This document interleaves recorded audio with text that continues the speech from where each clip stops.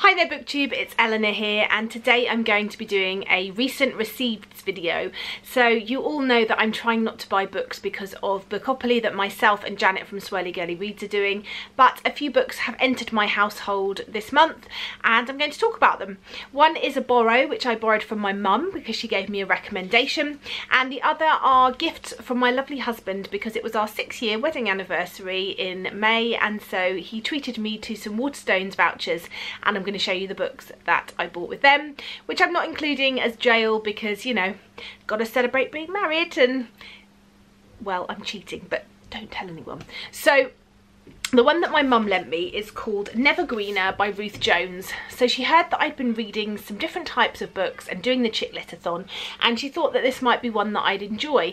She said she was really impressed with Ruth Jones' writing, and Ruth Jones is the writer or one of the co-writers of Gavin and Stacey, if you've ever watched that TV show, which I just adore.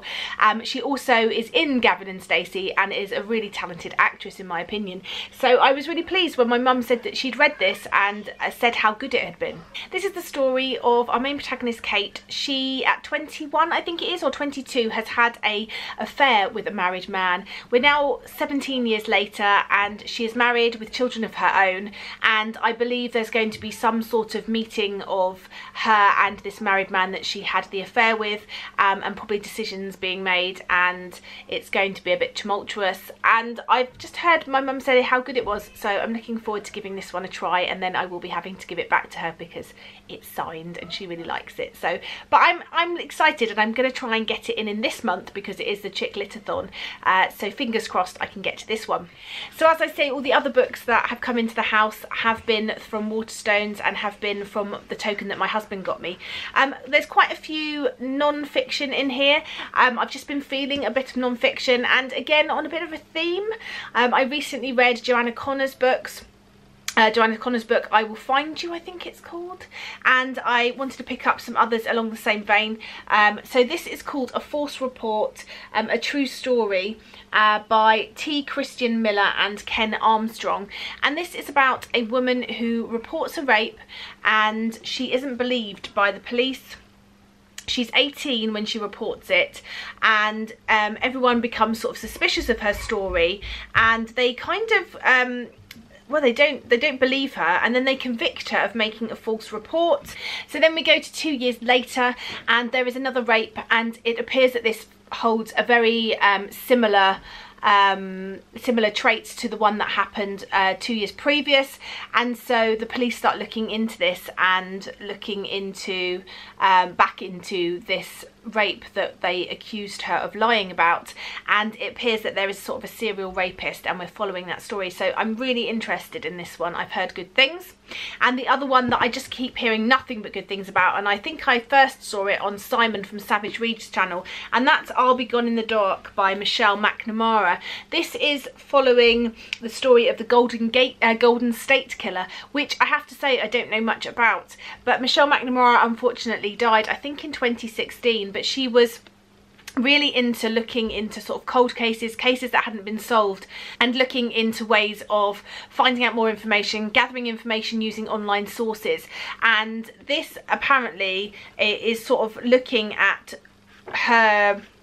her story and her looking into this, and it's an account of this elusive, so apparently the Golden State Killer was a serial rapist turned murderer in California, and Michelle McNamara was a journalist, and so it's looking at her obsession really with tracking down this killer and discovering who it is. And unfortunately she died before, but they arrested someone I think for this, so I'm intrigued by this and I've heard nothing but good things, so I'm looking forward to reading it. All the other books are fictional books. The first one is Everything Here is Beautiful by Myra T. Lee. So ultimately this is apparently a story of two sisters. I don't know an awful lot about it, but I think it covers the topic of schizophrenia, and so I'm interested in this. I'm quite interested in schizophrenia, and there isn't many books out there that portray it, I don't think, in a realistic light, so I would like to read this and see what I think. Next is a fantasy, and that is Cold Maker by Daniel A. Cohen.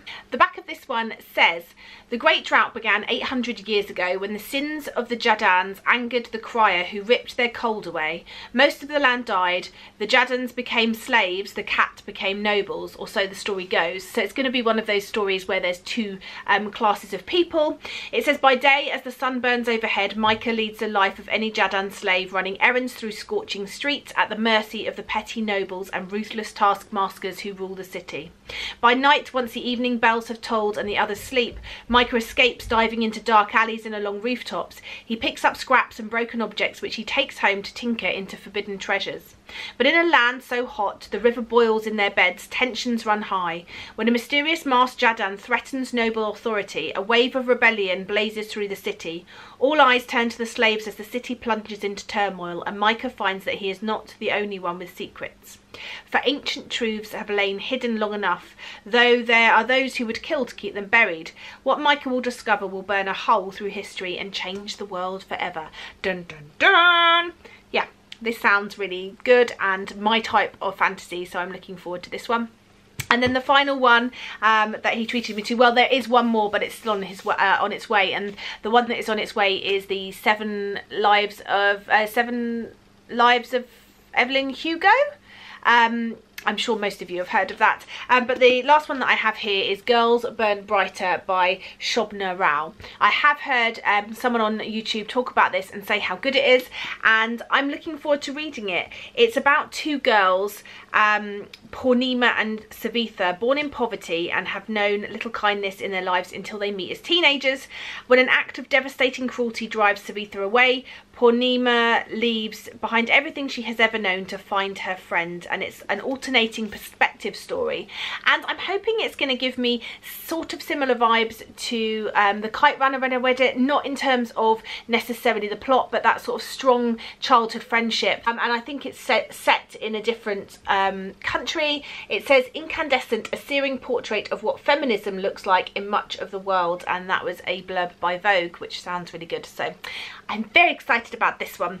So some really good ones there that I've received into my house recently and that I'm really looking forward to reading. Have you read any of these? Where should I start? I'm excited about all of them, to be honest, so I can't wait, and I look forward to chatting to you in the comments, and I'll speak to you soon. Bye for now, BookTube.